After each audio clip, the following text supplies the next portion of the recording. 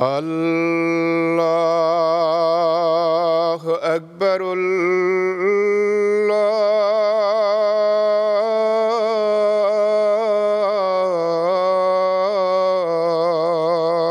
اکبر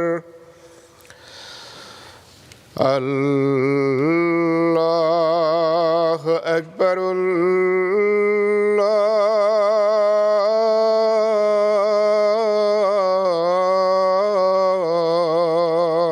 اکبر اشہد ان لا الہ الا اللہ اشہد ان لا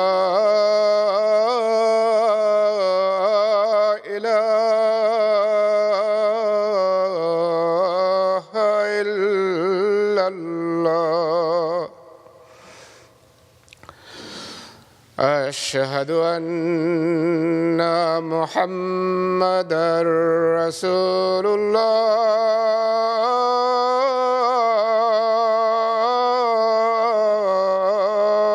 الله أشهد أن محمدًا رسول الله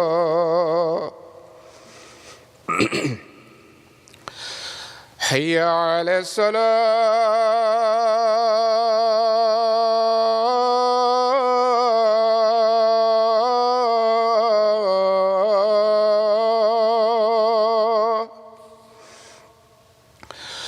حي على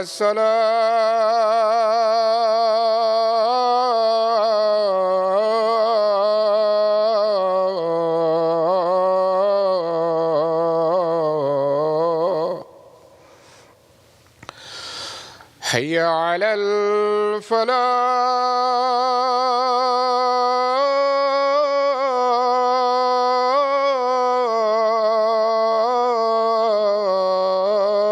الفلاح حي على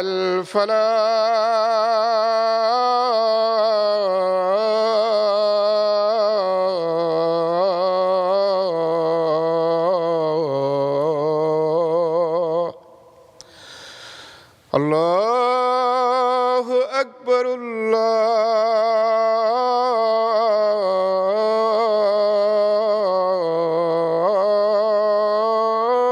الله أكبر لا إله إلا الله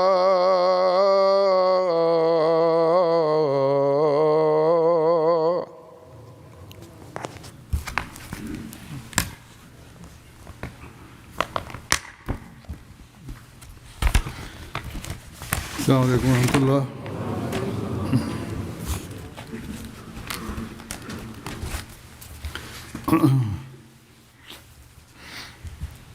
أشهد أن لا إله إلا الله وحده لا شريك له وأشهد أن محمدا عبده ورسوله أما بعد فأعوذ بالله من الشيطان الرجيم بسم الله الرحمن الرحيم الحمد لله رب العالمين الرحمن الرحيم مالك يوم الدين إياك نستعين اهدنا الصراط المستقيم صراط الذين أنعمت عليهم غير المغضوب عليهم ولا الضالين. تمام انبیاء دنیا میں توحید کے قیام کے لیے آئے اور انہوں نے اپنی قوموں کو اس کی تعلیم دی، لیکن بدقسمتی سے اکثریت نے اس توحید کو چھوڑ دیا. حضرت صلی اللہ علیہ وسلم بھی اسی پیغام کو لے کے آئے، اسی کام کو جاری رکھنے کے لیے آئے اور اسی روح، توحید کی روح کو ہی اپنے ماننے والوں میں پیدا کرنے کے لیے آئے. اور جو مقام آپ صلی اللہ علیہ وسلم کا ہے اس بارے میں، وہ کسی اور کا نہیں. آپ نے توحید کو ماننے کی اگر تلقین کی تو اللہ تعالیٰ سے علم پا کر توحید کو قبول کرنے کے دلائل دیے. آپ نے شرک کے خلاف اگر جہاد کیا تو بغیر دلیل کے نہیں، بلکہ شرک کی برائی سمجھائی اور اس کو سمجھا کر اس کے خلاف نفرت پیدا کی، اور آپ کے ماننے والوں نے اپنے عمل سے ثابت کر دیا کہ توحید کی تعلیم اور شرک سے نفرت ان کو ریشہ میں بس گئی ہے. یہ اس لیے کہ جو تعلیم اللہ تعالیٰ نے آپ پر اتاری وہ اس قدر جامع اور پر اثر تھی کہ اس کا سوال ہی پیدا نہیں ہوتا تھا کہ کوئی اس کی گہرائی تو سمجھ لے اور پھر اس سے دور ہو سکے. آپ کی یہ تعلیم جس نے آپ کے ماننے والوں پر اثر کیا اس لیے پر اثر تھی کہ خود آپ کا ہر قول و فعل اس کی حقیقی تصویر تھا، اور جو اس بارے میں عظیم تعلیم اللہ تعالیٰ نے آپ کو دی اس کا آپ عملی نمونہ تھے. آپ کو فکر تھی تو اس کی کہ جس طرح دوسری قوموں نے اپنے انبیاء کو سجدے کی جگہ بنا لیا ہے، مسلم امہ بھی یہ خوفناک گناہ پیدا نہ ہو جائے. اور آپ نے اس سے پناہ مانگی کہ آپ کو خدا تعالیٰ کے مقابلے پر کبھی لایا جائے، اور اس کی آپ نے امت کو نصیحت بھی فرمائی کہ مجھے کبھی شرک کے ذریعے نہ بنانا، تمہاری نظر کبھی خدا تعالیٰ کے علاوہ کسی اور پر نہ پڑے. گزشتہ خطبات میں نے محبت الہی کا ذکر کیا یا عبادت کا ذکر کیا، اس میں بیان کردہ جو باتیں جو بیان کی تھیں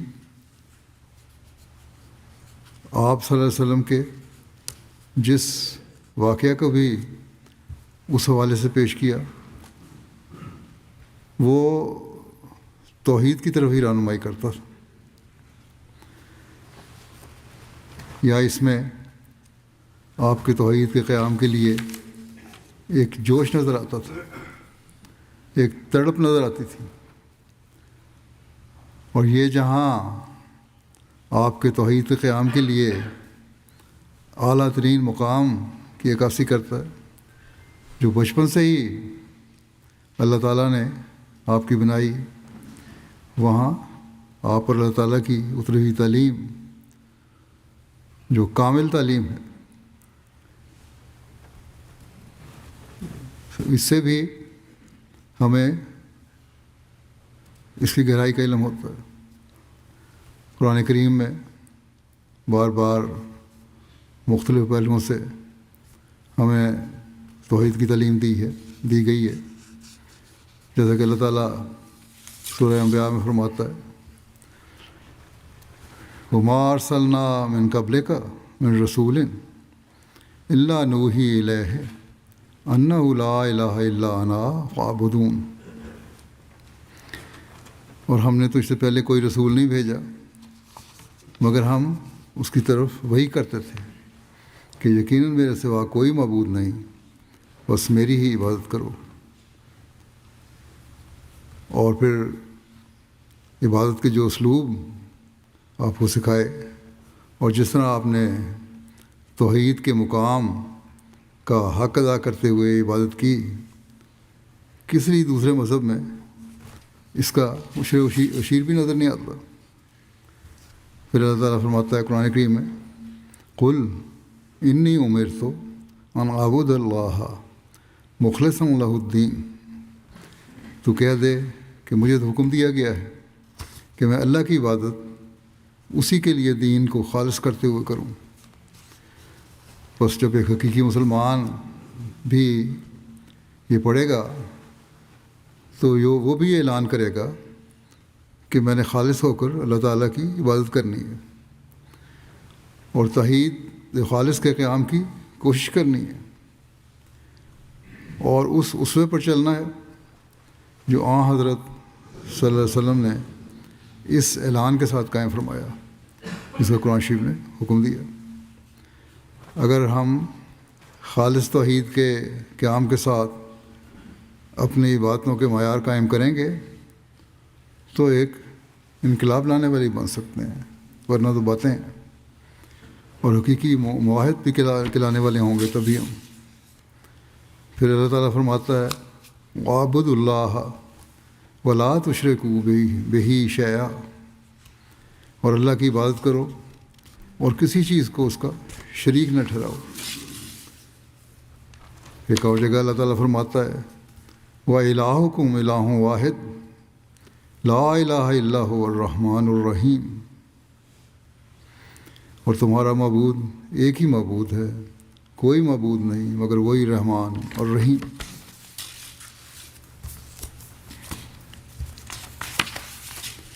پھر قرآن کریم کے آخر میں اللہ تعالیٰ اپنی توحید قیام کا اعلان فرماتا ہے کہ قُلْ هُوَ اللَّهُ أَحَدٌ اللَّهُ الصَّمَدُ لَمْ يَلِدْ وَلَمْ يُولَدْ وَلَمْ يَكُنْ لَهُ كُفُوًا أَحَدٌ، تو کہہ دے کہ وہ اللہ ایک ہی ہے، اللہ بے احتیاج ہے، نہ اس نے کسی کو جانا اور نہ وہ جانا گیا، اور اس کا کبھی کوئی ہمسر نہیں ہوا۔ اللہ تعالیٰ نے یہاں ہر قسم کے شرک کے رد کا اعلان فرمایا، اور حضرت صلی اللہ علیہ وسلم سے فرمایا اس کا اعلان دنیا میں کر دو۔ بس جب آپ کے ماننے والے بھی یہ پڑھیں تو ہمارا بھی فرض ہے کہ اس خالص توحید کا اعلان کریں، جس کا اس صورت میں اعلان کیا گیا ہے اور بہت ساری دوسری جگہوں پہ اعلان کیا گیا ہے، اور اپنے قول و فعل سے دنیا کو یہ بتائیں کہ اللہ تعالیٰ ہی واحد ہے اور ہر چیز سے بے احتیاج ہے، بلکہ ہر چیز اس کی محتاج ہے، نہ وہ کسی کا باپ ہے نہ بیٹا، اور اس جیسا کوئی بھی ہو ہی نہیں سکتا۔ یہ ایسا اعلان ہے جو ہر مذہب کی بگڑی ہوئی تعلیم کا رد کرتا ہے، اور یہی تعلیم ہے جس کے اعلان سے انسان کو اللہ تعالیٰ کا قرب مل سکتا ہے، اور اس کا سب سے اعلیٰ اور عرفہ نمونہ ہمارے سید و مولا حضرت محمد مصطفیٰ صلی اللہ علیہ وسلم ہیں۔ آپ کی زندگی کا ہر لمحہ توحید قیام کے لیے گزرا، بلکہ جیسا کہ میں نے بتایا بچپن سے ہی آپ کی توحید خالص کے لیے اللہ تعالیٰ نے تربیت فرمائی تھی۔ یہ چند مثالیں ہیں جو قرآن شریف سے میں نے دی ہیں، اس پیغام سے قرآن کریم تو بھرا پڑا ہے۔ حضرت صلی اللہ علیہ وسلم کی سیرت کے بھی کچھ واقعات پیش کرتا ہوں، جس سے بچپن سے نبوت کے دعوے تک اور آپ کی زندگی میں آپ کی توحید کے لیے تڑپ اور اس کی کوشش کا ذکر ملتا ہے۔ حضرت صلی اللہ علیہ وسلم کی فطرت ایسی پاکیزہ تھی کہ توحید سے محبت آپ کے رگ و ریشے میں بدید کی گئی تھی، اور آپ کی طبیعت نبوت کے مقام پر فائز ہونے سے پہلے ہی شرک اور بتوں کی پرستش سے متنفر تھی۔ چنانچہ ایک روایت میں آتا ہے، حضرت ایمن بیان کرتی تھیں کہ بوانا وہ بت تھا جس کی قریش بہت تعظیم کرتے تھے، اس کے پاس حاضری دے کر قربانیاں کرتے اور سال میں ایک دن وہاں اعتکاف کرتے تھے۔ ابو طالب بھی اپنی قوم کے ساتھ وہاں جاتے اور رسول اللہ صلی اللہ علیہ وسلم کو بھی ساتھ لے جانا چاہتے تھے، مگر آپ انکار کر دیتے۔ یہاں تک کہ ایک مرتبہ حضور کی پھوپھیاں اور ابو طالب آپ سے سخت ناراض ہوئے اور کہنے لگے کہ اے محمد، تم کیا چاہتے ہو؟ کیا تم اپنی قوم کے تہوار میں شریک ہو کر ان کے اجتماع میں اضافہ نہیں کرو گے؟ بہرحال ایک دفعہ اپنی پھوپھیوں کے اصرار پر آپ وہاں چلے تو گئے، مگر سخت خوفزدہ ہو کر واپس آ گئے اور کہا کہ میں نے وہاں ایک عجیب منظر دیکھا ہے۔ پھوپھیوں نے کہا کہ اتنے نیک انسان پر شیطان اثر نہیں کر سکتا۔ پوچھا آپ نے کیا دیکھا؟ آپ صلی اللہ علیہ وسلم نے بتایا کہ جو ہی میں بت کے قریب جانے لگتا تو ایک سفید پوش شخص چلا کر کہتا تھا کہ اے محمد پیچھے رہو اور اس بت کو مت چھوؤ۔ اس کے بعد رسول اللہ صلی اللہ علیہ وسلم نے مشرکین کے کسی تہوار میں شرکت نہیں کی، اور اللہ تعالیٰ نے ہمیشہ آپ کو ایسے مشرکانہ رسوم سے محفوظ رکھا۔ دعوی نبوت سے پہلے کی بات ہے، بچپن میں اپنے چچا ابو طالب کے ساتھ سفر شام کے دوران عیسائی راہب بحیرہ سے ملاقات ہوئی تو حضرت صلی اللہ علیہ وسلم نے اس کے ایک سوال پر فرمایا تھا کہ مجھ سے لات اور عزا بتوں کے بارے میں مت پوچھو، خدا کی قسم ان سے بڑھ کر مجھے اور کسی چیز سے نفرت نہیں۔ جب نبی کریم صلی اللہ علیہ وسلم حضرت خدیجہ کا مال تجارت لے کر ملک شام گئے تو رسول اللہ صلی اللہ علیہ وسلم نے وہ سامان فروخت کیا اور اس کے بدلے دوسرا سامان خریدا۔ اسی دوران آپ صلی اللہ علیہ وسلم اور ایک آدمی کے درمیان کسی معاملے میں اختلاف ہو گیا۔ اس آدمی نے کہا لات اور عزا کی قسم کھاؤ، یعنی کہ تب میں تمہاری بات مانوں گا، یہ قسم کھاؤ، گواہی دو۔ تو رسول اللہ صلی اللہ علیہ وسلم نے فرمایا میں نے کبھی بھی ان بتوں کی قسم نہیں کھائی، میں ان کے پاس سے گزرتا بھی ہوں تو منہ پھیر لیتا ہوں، تو مجھے کہتے ہیں قسم کھاؤ، یہ کس طرح ہو سکتا ہے؟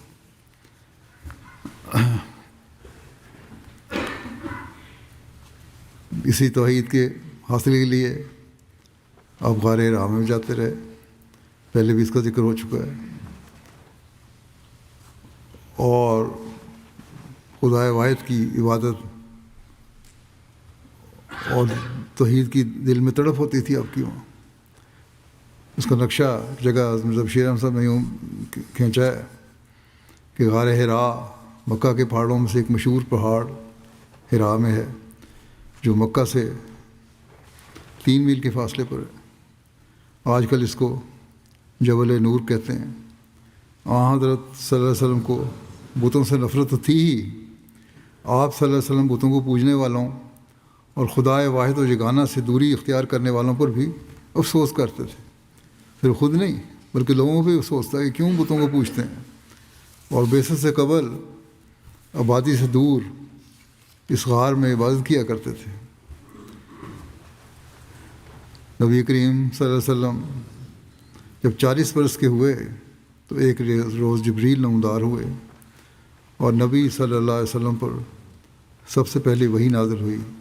جس کے ذریعے خدا تعالیٰ نے آپ کو مبعوث کیا۔ اس پہلی وحی کے ساتھ ہی حضرت صلی اللہ علیہ وسلم نے لوگوں کو توحید باری تعالیٰ کی طرف بلانا شروع کیا اور شرک کے خلاف تعلیم دینے لگے، مگر شروع میں آپ نے اپنے مشن کا کھلم کھلا اظہار نہیں فرمایا، بلکہ نہایت خاموشی کے ساتھ کارروائی شروع کی اور صرف اپنے ملنے والوں کے حلقے تک اپنی تعلیم کو محدود رکھا۔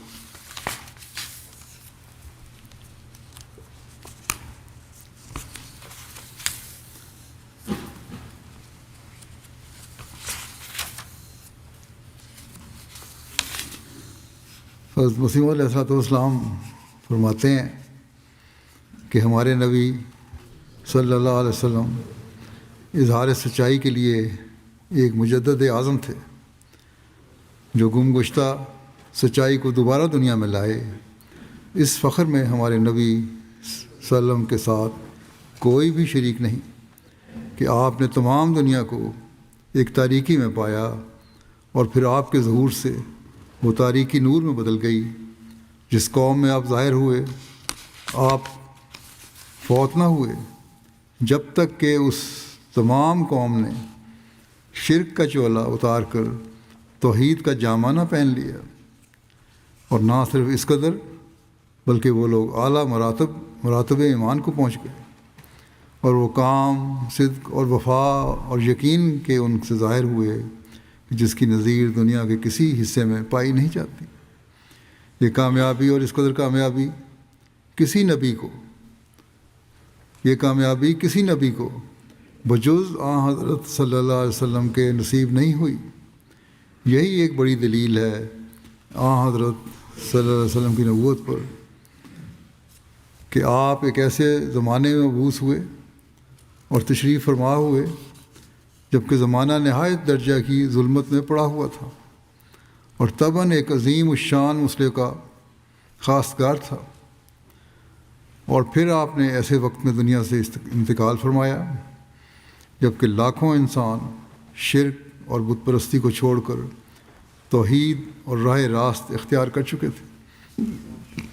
اور در حقیقت یہ کامل اصلاح آپ ہی سے مخصوص تھی کہ آپ نے ایک قوم ویسی سیرت کو اور بہائم خصلت کو انسانی عادات سکھلائے، یا دوسرے لفظوں میں یوں کہیں کہ بہائم کو انسان بنایا، جانوروں کو انسان بنایا، اور پھر انسانوں سے تعلیم یافتہ انسان بنایا، اور پھر تعلیم یافتہ انسانوں سے باخدا انسان بنایا، اور روحانیت کی کیفیت انہیں پھونک دی اور سچے خدا کے ساتھ ان کا تعلق پیدا کر دیا۔ وہ خدا کی راہ میں بکریوں کی طرح ذبح کیے گئے اور چیونٹیوں کی طرح پیروں میں کچلے گئے، مگر ایمان کو ہاتھ سے نہ دیا بلکہ ہر ایک مصیبت میں آگے قدم بڑھایا۔ بس بلا شبہ ہمارے نبی صلی اللہ علیہ وسلم روحانیت قائم کرنے کے لحاظ سے آدم ثانی تھے، بلکہ حقیقی آدم وہی تھے جن کے ذریعے اور طفیل سے تمام انسانی فضائل کمال کو پہنچے اور تمام نیک قوتیں اپنے اپنے کام میں لگ گئیں، اور کوئی شاخ فطرت انسانی کی بے بار و بر نہ رہی، اور ختم نبوت آپ پر نہ صرف زمانے کے تاخر کی وجہ سے ہوا بلکہ اس وجہ سے بھی کہ تمام کمالات نبوت آپ پر ختم ہو گئے۔ پھر آپ ایک جگہ فرماتے ہیں، الہی تیرا ہزار ہزار شکر کہ تو نے ہم کو اپنی پہچان کا آپ راہ بتایا اور اپنی پاک کتابوں کو نازل کر کے فکر اور عقل کی غلطیوں اور خطاؤں سے بچایا، اور درود اور سلام حضرت سید الرسل محمد مصطفیٰ صلی اللہ علیہ وسلم اور ان کی آل و اصحاب پر کہ جس سے خدا نے ایک عالم گم گشتہ کو سیدھی راہ پر چلایا، وہ مربی اور نفع رسان کہ جو بھولی ہوئی خلقت کو پھر راہ راست پر لایا، وہ محسن اور صاحب احسان کہ جس نے لوگوں کو شرک اور بتوں کی بلا سے چھڑایا، یا وہ نور اور نور افشان کہ جس نے توحید کی روشنی کو دنیا میں پھیلایا، اور وہ حکیم اور معالج زمان کہ جس نے بگڑے ہوئے دلوں کا راستی پر قدم جمایا، وہ کریم اور کرامت نشان کہ جس نے مردوں کو زندگی کا پانی پلایا، وہ رحیم اور مہربان کہ جس نے امت کے لیے غم کھایا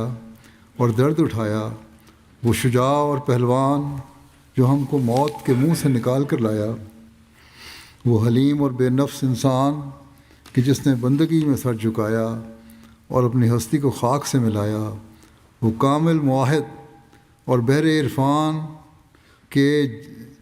جس کو صرف خدا کا جلال بھایا اور غیر کو اپنی نظر سے گرایا، وہ معجزہ قدرت رحمان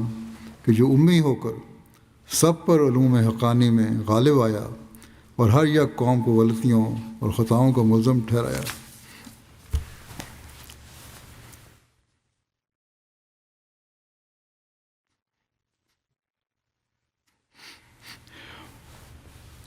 پھر آپ ایک جگہ فرماتے ہیں، آج صفحہ دنیا میں وہ شے کہ جس کا نام توحید ہے بجز امت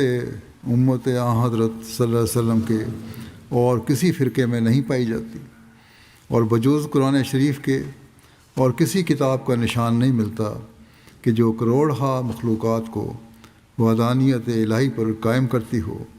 اور کمال تعظیم سے اس سچے خدا کی طرف راہبر ہو۔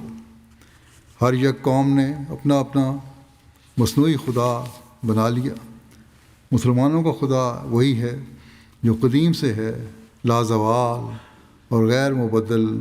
اور اپنی عدلی صفتوں میں ایسا ہی ہے جو پہلے تھا۔ لیکن افسوس کہ آج امت محمدیہ بھی اس توحید کے اعزاز کو بھولتی جا رہی ہے، اور حقیقی توحید ان میں نہیں رہی، جس کی تعلیم اللہ تعالیٰ نے دی اور جس کی درد سے ہدایت اور تلقین ہمیں حضرت صلی اللہ علیہ وسلم نے فرمائی۔ توحید خالص کو بھولنے کی وجہ سے اللہ تعالیٰ کی صفات پر بھی وہ خالص ایمان نہیں رہا جو ایک مسلمان کا خاصہ ہونا چاہیے۔ ایسے میں حضرت صلی اللہ علیہ وسلم کے غلام صادق کو ماننے والوں کا کام ہے کہ توحید کی حقیقت کو سمجھیں اور اس کے لیے اپنے اندر خاص تبدیلیاں پیدا کریں۔ یہ عبادت کا خاص مہینہ ہے رمضان کا، اس میں خاص طور پر اس کی کوشش ہونی چاہیے اور اس کے لیے دعا کرنی چاہیے۔ حضرت صلی اللہ علیہ وسلم نے اپنی تمام زندگی میں جس طرح توحید کے قیام کے لیے کوشش کی، اگر ہمیں آپ سے محبت کا دعویٰ ہے تو ہمیں اس کے لیے خاص کوشش کرنی پڑے گی۔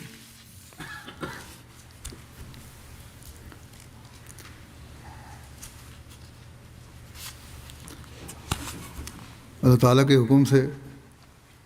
توحید کے قیام کے لیے کس طرح آپ نے کوشش فرمائی، اس کے لیے تکالیف بھی اٹھائیں۔ اس کو حضرت مسلم موعود نے ایک جگہ اس طرح بیان فرمایا ہے کہ قرآن کریم میں اللہ تعالیٰ رسول کریم صلی اللہ علیہ وسلم سے فرماتا ہے، انذر عشیرتک الاقربین، اے محمد رسول اللہ صلی اللہ علیہ وسلم تو دنیا کے کونے کونے کے لوگوں کو ڈرا، لیکن پہلے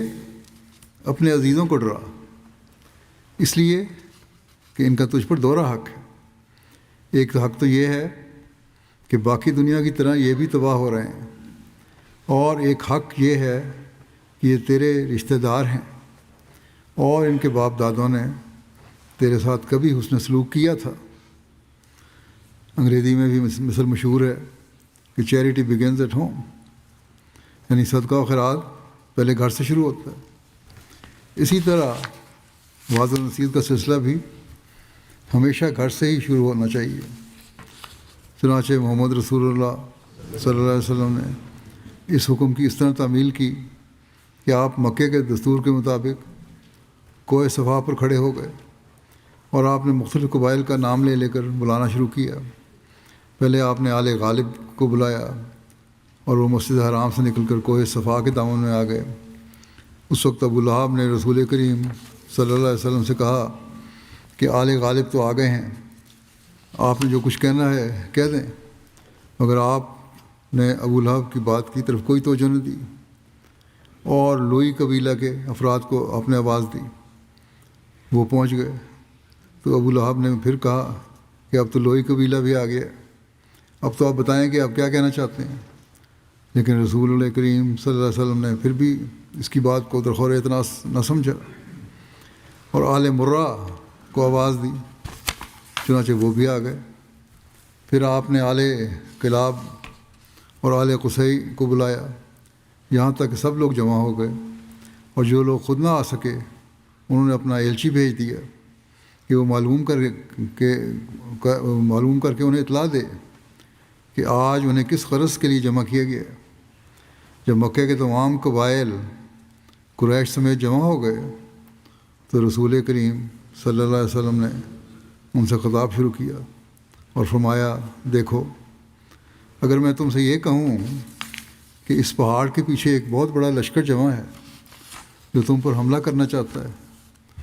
تو کیا تم میری اس بات کو مانو گے یا نہیں؟ انہوں نے کہا کہ کیوں نہیں، ہم آپ کی بات ضرور مانیں گے، کیونکہ ہم نے ہمیشہ آپ کو راست باز پایا ہے، سچا پایا ہے۔ مکہ کے حالات سے باخبر لوگ جانتے ہیں کہ رسول کریم صلی اللہ علیہ وسلم کا یہ مطالبہ در حقیقت ایسا ہی تھا جیسے کسی ناممکن چیز کو ممکن تسلیم کرنے کا مطالبہ کیا جائے، کیونکہ مکے کے لوگوں کے جانور وادی میں چرا کرتے تھے اور وہ ایسا علاقہ ہے کہ اس میں کسی لشکر کو چھپ رہنا ناممکنات میں سے ہے، مگر ان لوگوں پر آپ کی راست بازی کا اس قدر اثر تھا کہ انہوں نے کہا کہ خواہ ہماری آنکھیں اس بات کو تسلیم نہ کریں، ہم آپ کی بات کو ضرور مانیں گے، کیونکہ آپ کی راست بازی ہمارے نزدیک مسلم ہے۔ جب انہوں نے رسول کریم صلی اللہ علیہ وسلم کے متعلق یک زبان ہو کر اپنے اس یقین اور اعتماد کا اظہار کیا تو آپ صلی اللہ علیہ وسلم نے فرمایا، لو سنو، میں تمہیں ایک اہم خبر دیتا ہوں، اور وہ خبر یہ ہے کہ مجھے اللہ تعالیٰ کی طرف سے رسول بنا کر بھیجا گیا ہے۔ بس میں تمہیں کہتا ہوں کہ تم اگر اللہ تعالیٰ کے عذاب سے محفوظ رہنا چاہتے ہو تو میری اتباع کرو۔ آپ کا یہ کہنا تھا کہ ابو لہب جوش سے کہنے لگا کہ تباً لگا سائر الایام الحاظہ جماعتنا، یعنی نعوذ باللہ، تجھ پر ہلاکت ہو، اتنی سی بات کے لیے تو نے ہمیں اکٹھا کیا تھا۔ اور اسی طرح دوسرے لوگ بھی ہنسی مذاق کرتے اور تمسخر اڑاتے ہوئے منتشر ہو گئے۔ لیکن استحضاء اور مخالفت نے آپ کو توحید کے قیام کے لیے کوشش کرنے سے نہیں روکا، مسلسل آپ اسی کوشش میں رہے۔ جیسا کہ بیان کیا ہے میں نے، استحضاء ہوا، پھر مخالفت بھی بڑھ گئی۔ آپ کی مخالفت کی تاریخ کو حضرت شیر احمد صاحب نے تاریخی کتب کی روح سے اس طرح بیان کیا ہے کہ جتنا عظیم الشان مشن حضرت صلی اللہ علیہ وسلم لے کر آئے تھے اتنی شدید آپ کی مخالفت ہونی چاہیے تھی، کیونکہ آپ ایسے زمانے میں مبعوث ہوئے تھے کہ جب تاریکی کا خاص زور تھا اور ضروری تھا کہ نور کے آنے پر تاریکی کی فوجیں اپنی انتہائی طاقت کے ساتھ اس کا مقابلہ کریں۔ چنانچہ ایسا ہی ہوا کہ سارے گزشتہ انبیاء کی نسبت آپ کی مخالفت سب سے زیادہ ہوئی۔ اس مخالفت کے ظاہری اسباب میں سے ایک یہ بھی تھا کہ قریش ایک پرلے درجے کی بت پرست قوم تھی اور بتوں کی عزت و محبت ان کے دلوں میں اس قدر جمی ہوئی تھی کہ ان کے خلاف ایک لفظ بھی سننا انہیں گوارا نہیں تھا۔ خانہ کعبہ میں جو محض اللہ تعالیٰ کی عبادت کے واسطے بنایا گیا تھا، اس میں بھی ان ظالموں نے سینکڑوں بت جمع کر رکھے تھے اور اپنی تمام ضروریات کے لیے انہی بتوں کا منہ تکتے تھے۔ اب اسلام آیا تو اس کا بنیادی اصول ہی توحید باری تعالیٰ تھا اور صاف حکم تھا کہ کسی انسان یا درخت یا پتھر یا ستارے وغیرہ کے سامنے سر مت جھکاؤ، واسجدوا للہ الذی خلقہن واسجدوا للہ الذی خلقہن، صرف اسی بات کے سامنے، اسی ذات کے سامنے جھکو جس نے ان چیزوں کو پیدا کیا ہے۔ پھر یہی نہیں بلکہ قریش کے بتوں کو ان کے خیال میں حد آمیز لفظوں میں یاد کیا جاتا تھا اور ان کو جہنم کا ایندھن قرار دیا جاتا تھا۔ ان باتوں نے قریش کے تن بدن میں آگ لگا دی تھی اور وہ ایک جان ہو کر اسلام کو مٹانے کے واسطے اٹھ کھڑے ہوئے تھے۔ اور بھی بہت وجوہات تھیں، لیکن بہرحال یہ بڑی وجہ تھی۔ حضرت اقدس مسیح موعود علیہ السلام فرماتے ہیں، ایک نبی یا رسول خدا کی طرف سے مبعوث ہوتا ہے اور اس کا فرقہ لوگوں کو ایک گوہے ہونہار اور راست باز اور باہمت اور ترقی کرنے والا دکھائی دیتا ہے، تو اس کی نسبت موجودہ قوموں اور فرقوں کے دلوں میں ضرور ایک قسم کا بغض اور حسد پیدا ہو جایا کرتا ہے۔ بالخصوص ہر ایک مذہب کے علماء اور گدی نشین تو بہت ہی بغض ظاہر کرتے ہیں، کیونکہ اس مرد خدا کے ظہور سے ان کی آمدنیوں اور وجاہتوں میں فرق آتا ہے۔ ان کے شاگرد اور مرید ان کے دام سے باہر نکلنا شروع کرتے ہیں، کیونکہ تمام ایمانی اور اخلاقی اور علمی خوبیاں اس شخص میں پاتے ہیں جو خدا کی طرف سے پیدا ہوتا ہے۔ مرید ان کو چھوڑ کے اپنے پیروں کو مرد خدا کی طرف آتے ہیں جس نے ایک فطرت ہوتے ہیں، صحیح فطرت ہوتے ہیں۔ لہذا اہل عقل اور تمیز سمجھنے لگتے ہیں کہ جو عزت بخیال علمی شرف اور تقوی اور پرہیزگاری کے ان عالموں کو دی گئی تھی، اب وہ اس کے مستحق نہیں رہے، اور جو معزز خطاب ان کو دیے گئے تھے جیسے نجم الامہ اور شمس الامہ اور شیخ المشائخ وغیرہ، اب وہ ان کے لیے موزوں نہیں رہے۔ سو ان وجوہ سے اہل عقل ان سے منہ پھیر لیتے ہیں، کیونکہ وہ اپنے ایمانوں کو ضائع کرنا نہیں چاہتے۔ جو ماننے والے ہیں صحیح فطرت ہے ان کا یہ فعل ہوتا ہے۔ ناچار ان نقصانوں کی وجہ سے علماء اور مشائخ کا فرقہ ہمیشہ نبیوں اور رسولوں سے حسد کرتا چلا آیا ہے۔ وجہ یہ ہے کہ خدا کے نبیوں اور ماموروں کے وقت ان لوگوں کی سخت پردہ ہوتی ہے، کیونکہ دراصل وہ ناقص ہوتے ہیں اور بہت ہی کم حصہ نور سے رکھتے ہیں، اور ان کی دشمنی خدا کے نبیوں اور راست بازوں سے محض نفسانی ہوتی ہے، اور سراسر نفس کے تابع ہو کر ضرر رسانی کے منصوبے سوچتے ہیں، بلکہ بسا اوقات وہ اپنے دلوں میں محسوس بھی کرتے ہیں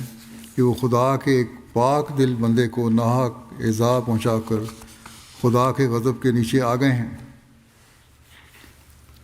اور ان کے اعمال بھی جو مخالف کارستانیوں کے لیے ہر وقت ان سے سرزد ہوتے رہتے ہیں، ان کے دل کی قصوروار حالت کو ان پر ظاہر کرتے رہتے ہیں، مگر پھر بھی حسد کی آگ کا تیز انجن عداوت کے گڑھوں کی طرف ان کو کھینچے لیے جاتے۔ یہی اسباب تھے جنہوں نے حضرت صلی اللہ علیہ وسلم کے وقت میں مشرکوں اور یہودیوں اور عیسائیوں کے عالموں کو نہ محض حق کے قبول کرنے سے محروم رکھا بلکہ سخت عداوت پر آمادہ کر دیا۔ لہذا وہ اس فکر میں لگ گئے کہ کسی طرح اسلام کو صفحہ دنیا سے مٹا دیں، اور چونکہ مسلمان اسلام کے ابتدائی زمانے میں تھوڑے تھے، اس لیے ان کے مخالفوں نے بباعث اس تکبر کے جو فطرتاً ایسے فرقوں کے دل اور دماغ میں جاگزین ہوتا ہے، جو اپنے تئیں دولت میں، مال میں، کثرت جماعت میں، عزت میں، مرتبت میں دوسرے فرقے سے برتر خیال کرتے ہیں، اس وقت کے مسلمانوں یعنی صحابہ سے سخت دشمنی کا برتاؤ کیا، اور وہ نہیں چاہتے تھے کہ یہ آسمانی پودا زمین پر قائم ہو، بلکہ وہ ان راست بازوں کے ہلاک کرنے کے لیے اپنے ناخنوں تک زور لگا رہے تھے، اور کوئی دقیقہ آزار رسانی کا اٹھا نہیں رکھا تھا، اور ان کو خوف یہ تھا کہ ایسا نہ ہو کہ اس مذہب کے پیر جم جائیں اور پھر اس کی ترقی ہمارے مذہب اور قوم کی بربادی کا موجب ہو جائے۔ سو اسی خوف سے جو ان کے دلوں میں ایک رعبناک صورت میں بیٹھ گیا تھا، نہایت جابرانہ اور ظالمانہ کارروائیاں ان سے ظہور میں آئیں اور انہوں نے دردناک طریقوں سے اکثر مسلمانوں کو ہلاک کیا، اور ایک زمانہ دراز تک جو 13 برس کی مدت تھی ان کی طرف سے یہی کارروائی رہی، اور نہایت بے رحمی کی طرف سے خدا کے وفادار بندے اور نوع انسان کے فخر ان شریر درندوں کی تلواروں سے ٹکڑے ٹکڑے کیے گئے،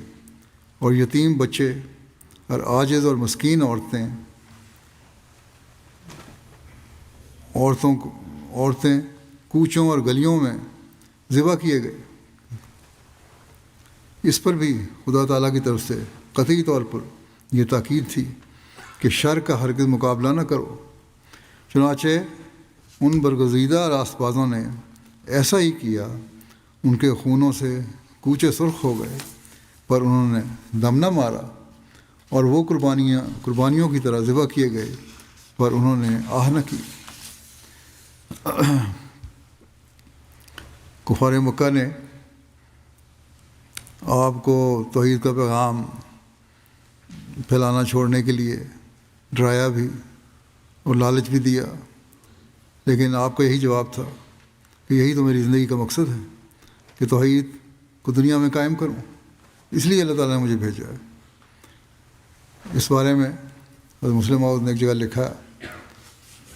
کہ جب مخالفت تیز ہو گئی اور ادھر سے رسول کریم صلی اللہ علیہ وسلم اور آپ کے صحابہ نے اسرار سے مکہ والوں کو خدا تعالیٰ کا یہ پیغام پہنچانا شروع کیا کہ اس دنیا کا پیدا کرنے والا خدا ایک ہے، اس کے سوا کوئی اور معبود نہیں، جس قدر نبی گزرے ہیں سب ہی ان کی توحید کا اقرار کیا کرتے تھے، سب ہی اس کی توحید کا اقرار کیا کرتے تھے، اور اپنے ہم قوموں کو بھی اسی تعلیم کی طرف بلایا کرتے تھے۔ تم خدائے واحد پر ایمان لاؤ، ان پتھروں کے بتوں کو چھوڑ دو کہ یہ بالکل بیکار ہیں اور ان میں کوئی طاقت نہیں۔ اے مکے والو، کیا تم دیکھتے نہیں کہ ان کے سامنے جو نظر و نیاز رکھی جاتی ہے، اگر اس پر مکھیوں کا جھرمٹ آ بیٹھے تو وہ ان مکھیوں کو اڑانے کی بھی طاقت نہیں رکھتے۔ اگر کوئی ان پر حملہ کرے تو وہ اپنی حفاظت نہیں کر سکتے۔ اگر کوئی ان سے سوال کرے تو وہ جواب نہیں دے سکتے۔ اگر کوئی ان سے مدد مانگے تو وہ اس کی مدد نہیں کر سکتے۔ اور خدائے واحد تو مانگنے والوں کی ضرورت پوری کرتا ہے، سوال کرنے والوں کو جواب دیتا ہے، مدد مانگنے والوں کی مدد کرتا ہے، اور اپنے دشمنوں کو زیر کرتا ہے، اور اپنی عبادت گزار بندوں کو اعلیٰ ترقیات بخشتا ہے۔ اس سے روشنی آتی ہے جو اس کے پرستاروں کے دلوں کو منور کر دیتی ہے۔ پھر تم کیوں ایسے خدا کو چھوڑ کر بے جان بتوں کے آگے جھکتے ہو اور اپنی عمر ضائع کر رہے ہو؟ تم دیکھتے نہیں کہ خدا تعالیٰ کی توحید کو چھوڑ کر تمہارے خیالات بھی گندے اور دل بھی تاریک ہو گئے ہیں۔ تم قسم قسم کی وہمی تعلیموں میں مبتلا ہو، وہم دلوں میں پیدا ہو رہے ہیں اس لیے کہ توحید کو چھوڑ دیا۔ حلال و حرام کی تم میں تمیز نہیں رہی، اچھے اور برے میں تم امتیاز نہیں کر سکتے، اپنی ماؤں کی بے حرمتی کرتے ہو، اپنی بہنوں اور بیٹیوں پر ظلم کرتے ہو اور ان کے حق انہیں نہیں دیتے، اپنی بیویوں سے تمہارا سلوک اچھا نہیں، یتامہ کے حق مارتے ہو اور بیواؤں سے برا سلوک کرتے ہو، غریبوں اور کمزوروں پر ظلم کرتے ہو اور دوسروں کے حق مار کر اپنی بڑائی قائم کرنا چاہتے ہو۔ جھوٹ اور فریب سے تم کو آر نہیں، چوری اور ڈاکے سے تم کو نفرت نہیں، جوا اور شراب تمہارا شغل ہے، حصول علم اور قومی خدمت کی طرف تمہاری توجہ نہیں۔ خدائے واحد کی طرف سے کب تک غافل رہو گے؟ آؤ اور اپنی اصلاح کرو اور ظلم چھوڑ دو۔ یہ برائیاں تمہارے اندر پیدا ہو گئی ہیں، اصلاح کرو ان کی۔ آج بھی ان برائیوں کے حامل توحید سے دوری، جو حامل ہیں وہ توحید سے دوری کی وجہ سے ہیں۔ جن قوموں میں بھی برائیاں ہیں، اگر ایک آدھ اچھائی ہے بھی تو بہت ساری ان برائیوں میں سے جو میں نے پڑھی ہیں ان میں پائی جاتی ہیں، اور اس کی وجہ یہی ہے کہ توحید سے دور ہے۔ اور بدقسمتی سے بعض مسلمانوں کو بھی یہ حال ہے۔ پھر آپ نے فرمایا کہ خدا کا قرب پانے کے لیے طریقہ یہ ہے کہ ہر حقدار کو اس کا حق دو، بڑی ضروری چیز۔ خدا نے اگر مال دیا ہے تو ملک و قوم کی خدمت اور کمزوروں اور غریبوں کی ترقی کے لیے اسے خرچ کرو، عورتوں کی عزت کرو اور ان کے حق ادا کرو، یتیموں کو اللہ تعالیٰ کی امانت سمجھو اور ان کی خبرگیری کو اعلیٰ درجہ کی نیکی سمجھو، بیواؤں کا سہارا بنو، نیکیوں اور تقوی کو قائم کرو، انصاف اور عدل ہی نہیں بلکہ رحم اور احسان کو اپنا شعار بناؤ۔ صرف انصاف نہیں بلکہ رحم بھی ہونا چاہیے، احسان بھی ہونا چاہیے۔ یہ ایک مومن کی تعلیم ہے۔ اس دنیا میں تمہارا آنا بیکار نہ جانا چاہیے، اچھے آثار اپنے پیچھے چھوڑو تا دائمی نیکی کا بیج بویا جائے۔ حق لینے میں نہیں بلکہ قربانی اور اثار میں اصل عزت ہے۔ پھر ہر حق لینے کی کوشش نہ کرو، قربانی اور اثار بھی ضروری ہے۔ بس تم قربانی کرو، خدا کے قریب ہو، خدا کے بندوں کے مقابل پر اثار کا نمونہ دکھاؤ تا خدا کے ہاں تمہارا حق قائم ہو۔ یہ وہ نشانیاں ہیں جو حقیقی توحید پر قائم ہونے والے کے لیے ہیں۔ بے شک ہم کمزور ہیں، مگر ہماری کمزوری کو نہ دیکھو، یہ بھی آپ نے اعلان فرمایا۔ آسمان پر سچائی کی حکومت کا فیصلہ ہو چکا ہے۔ اب محمد رسول اللہ صلی اللہ علیہ وسلم کے ذریعے سے عدل کا ترازو رکھا جائے گا اور انصاف اور رحم کی حکومت قائم کی جائے گی جس میں کسی پر ظلم نہ ہوگا۔ مذہب کے معاملے میں دخل اندازی نہ کی جائے گی۔ عورتوں اور غلاموں پر جو ظلم ہوتے رہے ہیں وہ مٹا دیے جائیں گے اور شیطان کی حکومت کی جگہ خدا واحد کی حکومت قائم کر دی جائے گی۔ جب یہ تعلیمیں بار بار مکے والوں کو سنائی جانے لگیں اور شریف الطبع لوگوں کی رغبت اسلام کی طرف بڑھنے لگی تو ایک دن مکے کے سردار جمع ہو کر آپ کے چچا ابو طالب کے پاس آئے اور ان سے کہا کہ آپ ہمارے رئیس ہیں اور آپ کی خاطر ہم نے آپ کے بھتیجے محمد صلی اللہ علیہ وسلم کو کچھ نہیں کہا۔ اب وقت آ گیا ہے کہ آپ کے ساتھ ہم آخری فیصلہ کریں، یا تو آپ اسے سمجھائیں اور اس سے پوچھیں کہ آخر وہ ہم سے کیا چاہتا ہے، اور اگر اس کی خواہش عزت حاصل کرنے کی ہے تو ہم اسے اپنا سردار بنانے کے لیے تیار ہیں، اگر وہ دولت کا خواہش مند ہے تو ہم میں سے ہر شخص اپنے مال کا کچھ حصہ اس کو دینے کے لیے تیار ہے، اگر اسے شادی کی خواہش ہے تو مکے کی ہر لڑکی جو اسے پسند ہو اس کا نام لے، ہم اس سے اس کا بیاہ کرانے کے لیے تیار ہیں۔ ہم اس کے بدلے میں اس سے کچھ نہیں چاہتے اور کسی بات سے نہیں روکتے،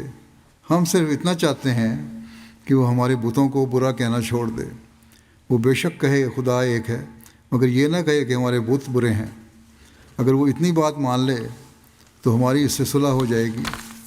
آپ اسے سمجھائیں اور ہماری تجویز کو قبول کرنے پر آمادہ کریں، ورنہ پھر دو باتوں میں سے ایک ہوگی، یا آپ کو اپنا بھتیجا چھوڑنا پڑے گا یا آپ کی قوم آپ کی ریاست سے انکار کر کے آپ کو چھوڑ دے گی۔ ابو طالب کے لیے یہ بات نہایت شاک تھی۔ عربوں کے پاس روپیہ پیسہ تو تھوڑا ہی ہوتا تھا، ان کی ساری خوشی ان کی ریاست میں ہوتی تھی۔ رؤساء قوم کے لیے زندہ رہتے تھے اور قوم رؤساء کے لیے زندہ رہتی تھی۔ یہ بات سن کر ابو طالب بےتاب ہو گئے۔ محمد رسول اللہ صلی اللہ علیہ وسلم کو بلوایا اور کہا کہ اے میرے بھتیجے، میری قوم میرے پاس آئی ہے اور اس نے مجھے یہ پیغام دیا ہے، اور ساتھ ہی انہوں نے مجھے یہ بھی کہہ دیا ہے کہ اگر تمہارا بھتیجا ان باتوں میں سے کسی ایک بات پر بھی راضی نہ ہو تو ہماری طرف سے ہر ایک قسم کی پیشکش ہو چکی ہے، بتا دیا ہم نے، تو ہم کا کچھ دینے کو تیار ہیں۔ اگر وہ اس پر بھی اپنے طریقے سے باز نہیں آتا تو آپ کا کام ہے کہ اسے چھوڑ دیں، اور اگر آپ اسے چھوڑنے کے لیے تیار نہ ہوں تو پھر ہم لوگ آپ کی ریاست سے انکار کر کے آپ کو چھوڑ دیں گے۔ جب ابو طالب نے یہ بات کی تو ان کی آنکھوں میں آنسو آ گئے۔ ابو طالب کی آنکھوں میں، ان کے آنسوؤں کو دیکھ کر رسول کریم صلی اللہ علیہ وسلم کی آنکھوں میں بھی آنسو آ گئے۔ اور آپ نے فرمایا اے میرے چچا، میں یہ نہیں کہتا کہ آپ اپنی قوم کو چھوڑ دیں اور میرا ساتھ دیں، آپ بے شک میرا ساتھ چھوڑ دیں اور اپنی قوم کے ساتھ مل جائیں، لیکن مجھے خدائے واحد لا شریک کی قسم ہے کہ اگر سورج کو میرے دائیں اور چاند کو میرے بائیں لا کر کھڑا کر دیں تب بھی میں خدا تعالیٰ کی توحید کا واز کرنے سے باز نہیں رہ سکتا۔ میں اپنے کام میں لگا رہوں گا جب تک خدا مجھے موت دے دے۔ آپ اپنی مصلحت کے خود کو خود سوچ لیں۔ یہ ایمان سے پر اور یہ اخلاص سے بھرا ہوا جواب ابو طالب کی آنکھیں کھولنے کے لیے کافی تھا۔ انہوں نے سمجھ لیا کہ گو مجھے ایمان لانے کی توفیق نہیں ملی، لیکن اس ایمان کا نظارہ دیکھنے کی توفیق ملنا ہی سب دولتوں سے بڑی دولت ہے۔ اور آپ نے کہا اے میرے بھتیجے، جا اور اپنا فرض ادا کرتا رہ۔ قوم اگر مجھے چھوڑنا چاہتی ہے تو بے شک چھوڑ دے،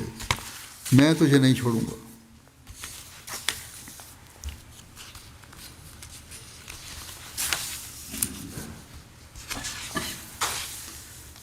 توحید کے قیام کے لیے حضرت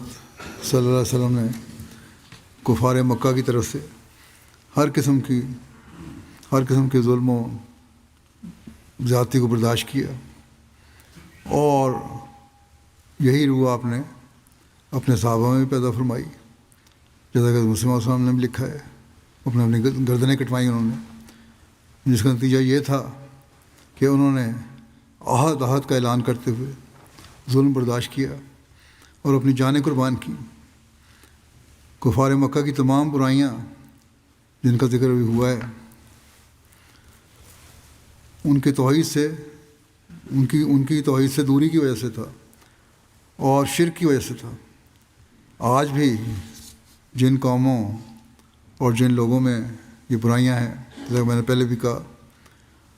وہ توحید سے دوری کی وجہ سے ہی ہے۔ بس ایسے میں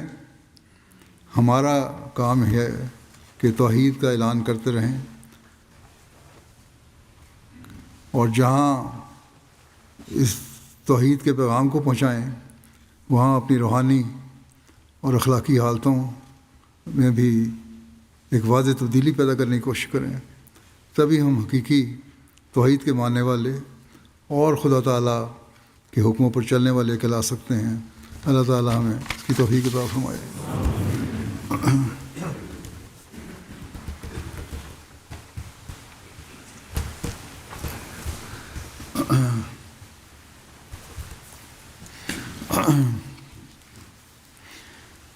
الحمد لله نحمده ونستعينه ونستغفره ونؤمن به